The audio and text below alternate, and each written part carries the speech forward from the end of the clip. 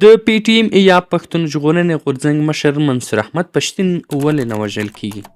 دا هغه پوښتنه ده چې ګڼ شمېر پښتانه او افغانان یې په شک کې اچولي او په حقیقت کې دا پوښتنه حتما پیدا کیږي، ځکه چې د پښتون ژغورنې غورځنګ د مبارزې پر مهال ګڼ شمېر مبارزین او د غورځنګ غړي یا پخپله په نښه شوي او یا هم د هغوی کورنۍ په نښه شوي. خو له کله چې د پښتون ژغورنې غورځنګ خپل خوځښت پیل کړی، تر اوسه پکې نه پخپله منظور پښتون او نه هم پکې د منصور احمد پښتین د کورنۍ کوم غړی وژل شوی او یا هم بندي شوی. اوس پوښتنه دا ده چې آیا رښتیا هم منظور احمد پښتین د پاکستان استخباراتو ته کار کوي او که قصدن پاکستان پوځ له منظور احمد پښتین سره له نرمۍ چلند اخلي، او که له منظور احمد پښتین سره له نرمۍ کار اخلي، ولې پاکستان پوځ زیات کار ترسره کوي؟ که غواړئ چې یا د پوښتنې محل شي او له شک راووځئ، ویډیو تر پایه تعقیب کړئ. مخکې له دې چې یا د پوښتنې محل شي، لومړی د پښتون ژغورنې غورځنګ تاریخ او د منظور احمد پښتین کورنۍ ته یو څه سر ورښکاره کوو. منظور احمد پښتین د پښتون ژغورنې غورځنګ یا پی ټی ایم مشر او بنسټګر دی چې په پاکستان کې د پښتنو د حقونو، عدالت او د بشري حقونو د سرغړونې پر ضد د مبارزې لپاره پیژندل کیږي. هغه د خیبر پښتونخوا د جنوبي وزیرستان په مکین سیمه کې په 1992 کال کې زیږېدلی دی. منظور احمد پښتین د ویترنرۍ په برخه کې زده کړې کړي او د ګومل پوهنتون څخه یې سند ترلاسه کړی. د زده کړو پر مهال هغه د ځوانانو د یو فعال په توګه راڅرګند شو او په پښتني ټولنه کې د بې عدالتۍ پر ضد یې غږ پورته کړ.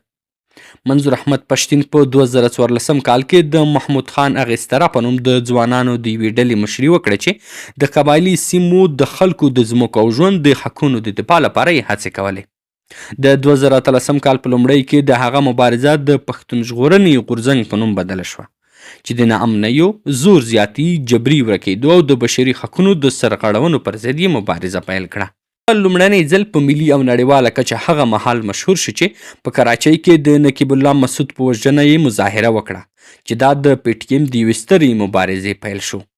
اوس یو څه د پښتون ژغورنې غورځنګ یا پی ټی ایم په اړه معلومات وړاندې کوو.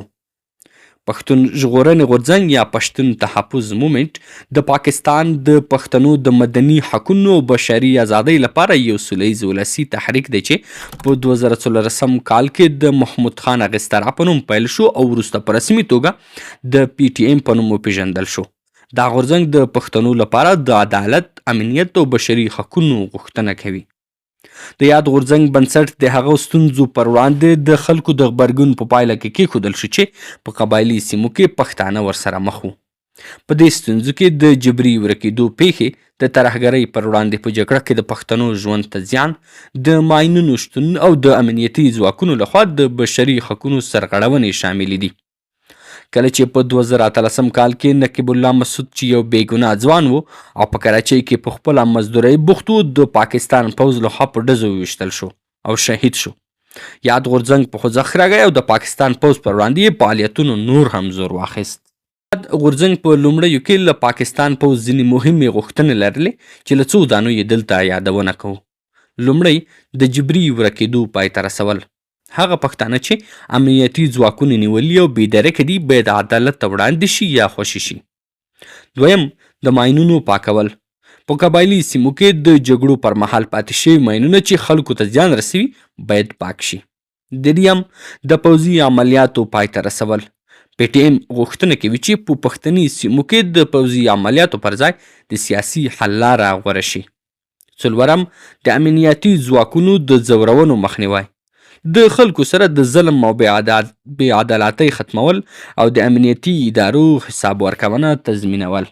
پنځم، د پښتنو لپاره اساسي حقونه. د تعلیم، روغتیا او امنیت په برخو کې د پښتنو لپاره برابر فرصتونه او د سهولتونو برابرول.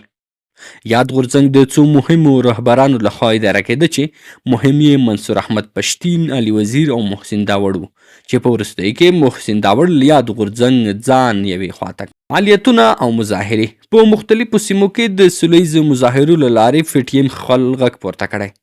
دا مظاهرې په اسلام آباد، پېښور، کراچۍ او نورو ښارونو کې ترسره شوي دي.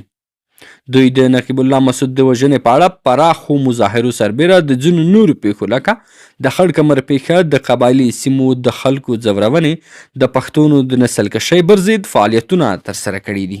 کله چې د پښتون ژغورنې غورځنګ یا پی ټي ایم رامنځته شو او د پاکستان حکومت په وړاندې یې خپل اقدامات شروع کړل، دا غږ تر نن ورځې پورې غلی نه شو او تر پخوا لا هم غښتلی او قوي شو چې یاد غورځنګ کې د پښتنو د کورنۍ بېلابېل کسان په نښه شول چې وروسته هغه د یاد غورځنګ د رسنیو د برخې فعال شخص ګیلمن وزیر و چې د پاکستان پوځ په امر په شخصي توګه لومړی سخت ټپي او وروسته یې په روغتون کې ساه ورکړه. په یاد غورځنګ کې د پښتنو یوه بله کورنۍ چې مشر یې علي وزیر دی ډېر غمونه او مشکلات ولیدل. په یاد غورځنګ کې د علي وزیر د کورنۍ 18 غړي په شهادت ورسېدل چې د پاکستان د پوځ په امر ترور شول. اوس پوښتنه دا ده چې ولې د پاکستان پوځ له منظور احمد پښتین سره کار نه لري؟ کله چې د پښتون ژغورنې غورځنګ د جوړ شو او بېساری پرمختګ یې وکړ نو د پاکستان حکومت په ویره کې شو ځکه چې یاد غورځنګ د پاکستان پوځ ننګاوه. پاکستان حکومت ویره لرله چې یوه ورځ یاد غورځنګ به په یو لوی انقلاب بدل شي. دا ویره وروسته له هغې نوره هم زیاته شوه چې د پښتون تحفظ مومنټ د اکتوبر په 11 یوه لویه او پرتمینه جلسه وکړه چې پکې پاکستان حکومت ته مخامخ اخطار ورکړل شو چې که د پی ټي ایم غوښتنې ونه مني په هیواد کې به یو لوی انقلاب رامنځته کړي. دا چې سوله ییزې مظاهرې د هر چا حق دی نو له همدې امله پاکستان پوځ مخامخ نه هم د منظور پښتون او نه هم پر پښتون ژغورنې غورځنګ کوم ګزار کولی شو. د دې لپاره چې پاکستاني پوځ په غیر رسمي ډول یاد غورځنګ ځپلی وي دوی له داسې طریقې کار واخیست چې پکې یاد غورځنګ ته ډیره صدمه ورسېده. پاکستان پوځ 3 رقمه خلک په خپل مخ کې لرل.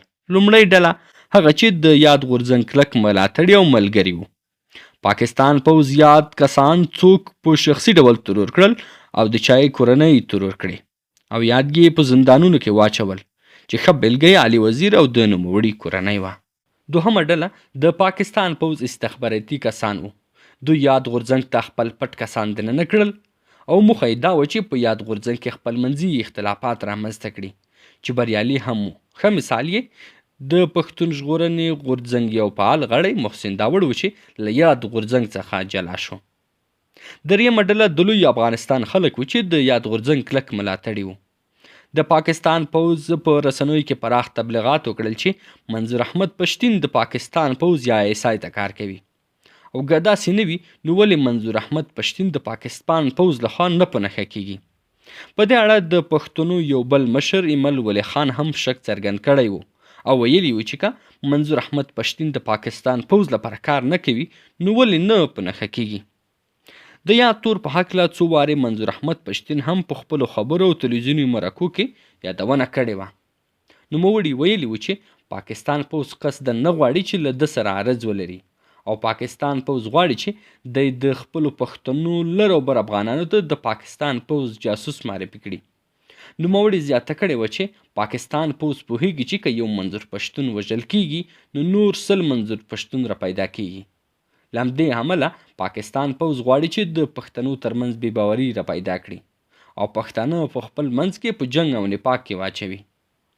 پاکستان پوځ په یاد کار کې څه ناڅه بریالی شوی هم دی ځکه چې ځینې کسان هم له منظور احمد پښتین پاکستان پوځ جاسوس او بعضې هم د هندوستان پوځ جاسوس بولي. په دې هیله چې پوښتنې مو ځواب شوي وي. تاسې هم کولی شئ د ویډیو په تړاو خپل کمنټونه راته پرېږدئ. دا وه زموږ د نن ورځې موضوع. تر بیا ښې چارې.